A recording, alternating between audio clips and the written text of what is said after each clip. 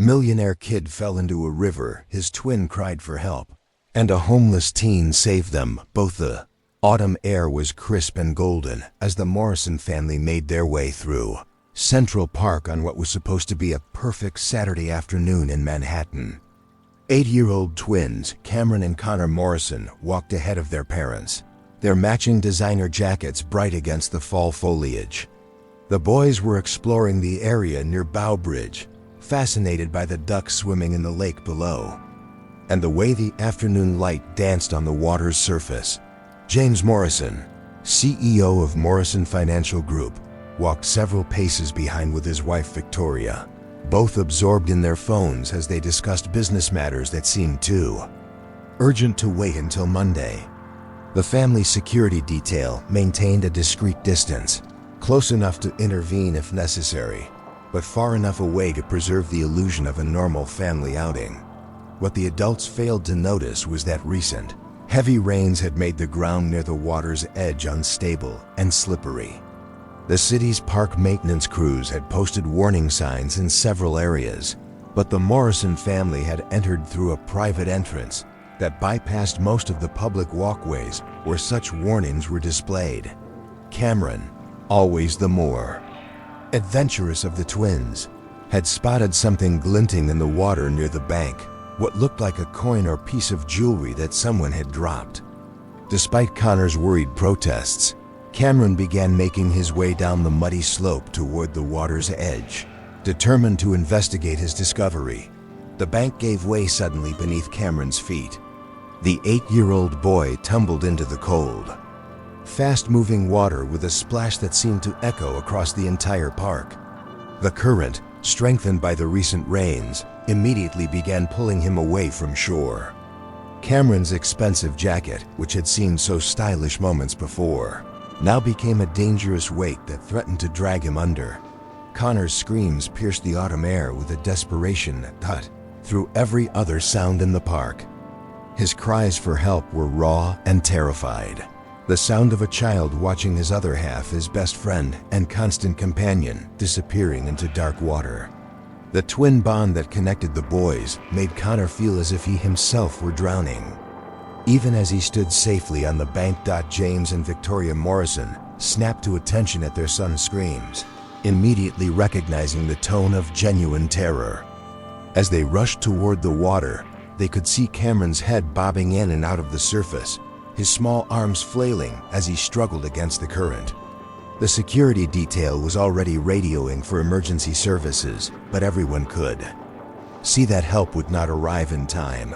The nearest park rangers were at least 5 minutes away, and the fire department rescue boats would take even longer to navigate through the park's waterways.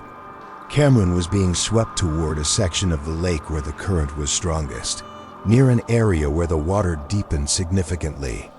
Every second that passed reduced the chances of a successful rescue. Meanwhile, 18-year-old Marcus Rodriguez had been living in Central Park for the past 3 months, ever since aging out of the foster care system with nowhere else to go. Marcus had learned to survive by staying invisible, finding shelter in the park's hidden corners, and sustaining himself through odd jobs and the kindness of strangers. He had set up a temporary camp in a secluded area near the reservoir, where he could stay warm and dry while remaining undetected by park security. Marcus had spent the afternoon collecting recyclable bottles and cans from trash bins throughout the park, a daily routine that helped him earn enough money for food. Despite his circumstances, he maintained a strict personal code. He never stole, never begged aggressively, and always tried to help others when he could. His own difficult experiences had made him acutely aware of human suffering and injustice. Connor's desperate cries echoed across the park. Marcus was several hundred yards away, but the sound reached him with crystal clarity. Years of living on the streets had sharpened his instincts for recognizing genuine emergencies versus the everyday dramas of city life. This was clearly a life or death situation. Without hesitation, Marcus dropped his bag of recyclables and ran toward the source of the screaming. His knowledge of the park's layout, gained through months of careful exploration, allowed him to take shortcuts through areas that most visitors never knew existed. As he approached the lake, he could see the crowd gathering on the bank and the small figure struggling in the water. Marcus assessed the situation with the quick thinking that comes from surviving on the streets. The adults on the shore were panicking, but seemed paralyzed by their own fear and inexperience. The child in the water was clearly exhausted and would soon go under completely. There was no time to wait for official rescue personnel. Marcus had learned to swim in the public pools of his various foster neighborhoods, and later in the rivers and lakes around the different cities where he had lived. More importantly, he had rescued people from dangerous situations before, twice pulling younger kids from burning buildings in the low-income housing where he had spent his teenage years. Without removing his shoes or jacket, Marcus dove into the frigid water. The cold hit him like a physical blow, but he forced himself to focus on reaching Cameron before the current could sweep the boy into deeper, more dangerous waters. Marcus was a strong swimmer, but fighting against the current while trying to reach a panicking child required every ounce of his strength and skill. When Marcus finally reached Cameron, the boy was barely conscious and had swallowed significant amounts of water. Marcus wrapped his arm around Cameron's chest and began the difficult process of swimming back toward shore while supporting the exhausted child. The current fought against them every stroke of the way, and Marcus could feel his own strength beginning to fade from the cold and exertion. The crowd on the shore watched in amazement as this homeless teenager, whom most of them would normally have avoided or ignored, risked his own life to save a child he had never met. Connor continued to scream encouragement to his brother, his voice hoarse but unwavering in its support. As Marcus struggled to reach the bank, several bystanders formed a human chain to help pull both boys from the water. The moment Cameron was safely on dry land, he began coughing up water but was clearly alive and breathing. Marcus, exhausted from the rescue effort, collapsed on the muddy bank, his entire body shaking from cold and adrenaline. Victoria Morrison dropped to her knees beside her son, tears streaming down her face as she checked in for injuries. Cameron was conscious and responsive, though clearly traumatized by his ordeal. Connor immediately wrapped his arms around his twin, and the two boys clung to each other with the desperation of children who had almost lost everything that mattered to them. James Morrison found himself looking at Marcus with a mixture of gratitude and confusion. This teenager, whose appearance suggested he had been living rough for some time, had just saved his son's life while the family's expensive security team had stood helplessly on the shore. The contrast between Marcus's immediate, selfless action and the paralysis of the paid professionals was stark and humbling. Emergency medical personnel arrived within minutes, but their assessment confirmed what everyone could already see: Cameron would recover fully from his ordeal, thanks entirely to Marcus's quick thinking and courage. The paramedics also checked Marcus for hypothermia and exhaustion, recommending that he receive medical attention as well. As the initial crisis passed and Cameron was pronounced safe, the full implications of what had happened began to sink in for the Morrison family. A homeless teenager had risked his own life to save their son, displaying the kind of heroism that their wealth and status had never been able to buy or guarantee. Connor, still shaken by nearly losing his twin, looked at Marcus with the kind of pure admiration that children reserve for their greatest heroes. In Connor's eyes, Marcus wasn't a homeless kid to be pitied or avoided, was the person who had saved the most important thing in Connor's world. News of the dramatic rescue spread through Central Park and beyond with remarkable speed. Several park visitors had captured parts of the rescue on their smartphones, and within hours, videos of Marcus diving into the cold water to save Cameron were circulating on social media platforms across the country. Local news stations picked up the story, framing it as a powerful example of heroism, transcending social boundaries. The Morrison family found themselves at the center of a media storm they had never experienced before. Unlike the carefully controlled, business coverage that usually surrounded James Morrison's corporate activities. This story was raw, emotional, and deeply personal. Camera crews gathered outside their Upper East Side mansion, and reporters sought comments about the homeless teenager who had saved their son. For James and Victoria Morrison, the media attention was both a blessing and a challenge. They were genuinely grateful to Marcus and wanted to express that gratitude publicly, but they were also struggling with the uncomfortable realization that their wealth had been completely irrelevant when their child needed saving. All their money, security systems, and social connections had been useless in the moment that mattered most. Marcus, meanwhile, was experiencing a completely different kind of attention than he was accustomed to receiving. For months, he had worked hard to remain invisible, avoiding the notice of park security, police officers, and social services workers who might force him back into a system that had failed him repeatedly. Now suddenly, he was being hailed as a hero by people who would normally have crossed the street to avoid him. The immediate aftermath of the rescue had been overwhelming for Marcus. The paramedics had insisted on treating him for mild hypothermia, and social services workers had appeared at the hospital, concerned about an 18-year-old with no fixed address. For a brief time, Marcus worried that his moment of heroism would result in losing the fragile independence he had fought so hard to maintain. However, the Morrison family's intervention changed everything. James Morrison used his considerable influence to ensure that Marcus received appropriate medical care without being forced into temporary housing situations that he didn't want. More importantly, the Morrisons insisted on personally thanking Marcus and learning more about his circumstances. The conversation that took place in the hospital waiting room was unlike anything any of them had experienced before.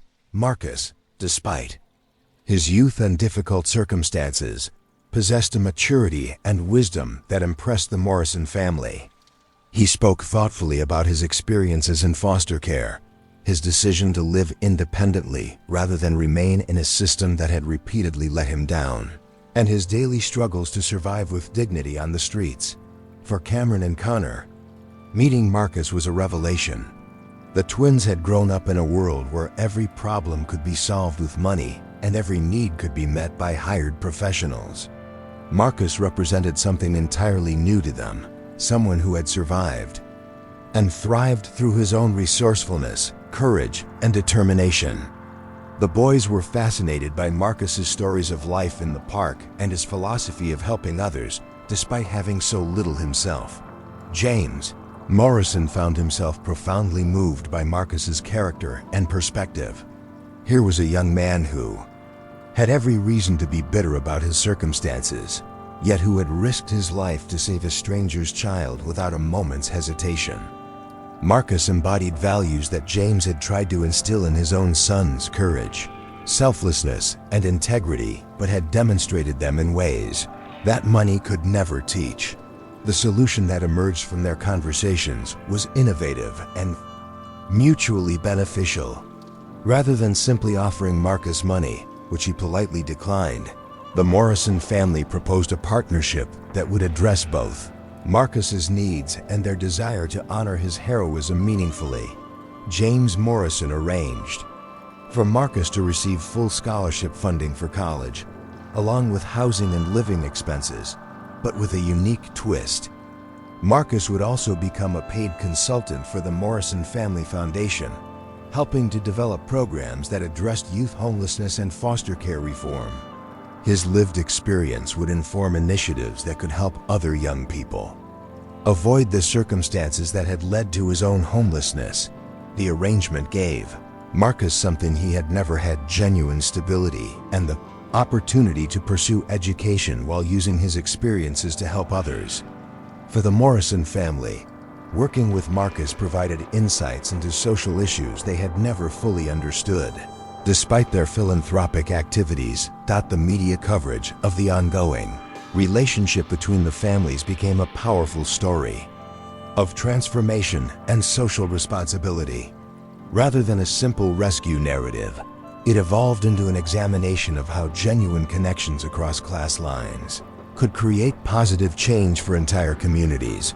Marcus enrolled in Columbia University's social work program, where his combination of academic ability and real-world experience made him an exceptional student. He maintained his partnership with the Morrison Foundation, helping to establish innovative programs that provided housing, education, and mentorship for young people aging out of foster care. Cameron and Connor, meanwhile, were changed by their relationship with Marcus in ways that went far beyond gratitude for the rescue. They began volunteering with programs that served homeless youth, and their perspective on their own privilege became more nuanced and thoughtful. The twins learned to see their advantages not as entitlements, but as tools that could be used to help others. The Morrison family's approach to philanthropy evolved as well. Instead of simply writing checks to establish charities, they began developing programs that directly involved the communities they aimed to serve. Marcus's influence led them to prioritize initiatives that addressed root causes of social problems, rather than just treating symptoms. 6 months after the rescue, the first Marcus Rodriguez Center for Youth Independence opened in Manhattan. The facility provided transitional housing, educational support, and job training for young people aging out of foster care or experiencing homelessness. Marcus himself served as the program director, bringing both his lived experience and his formal education to the role. The center's success attracted national attention and inspired similar programs in other cities.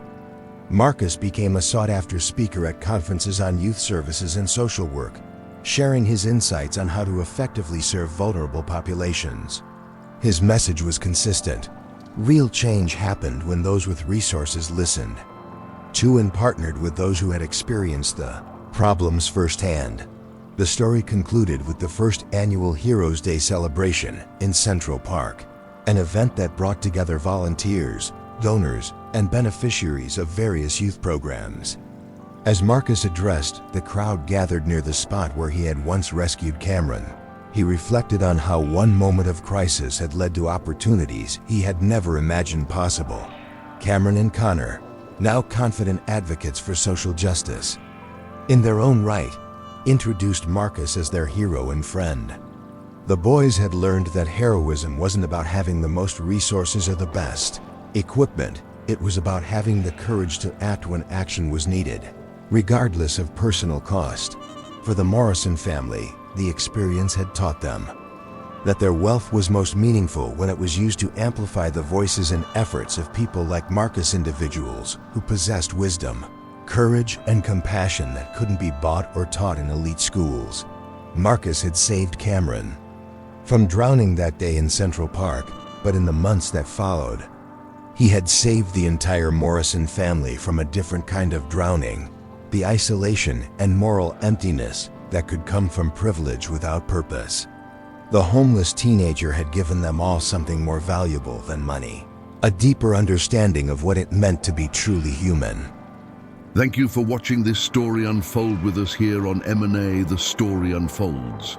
If you enjoyed it, don't forget to subscribe to the channel and turn on the notification bell so you never miss a new tale.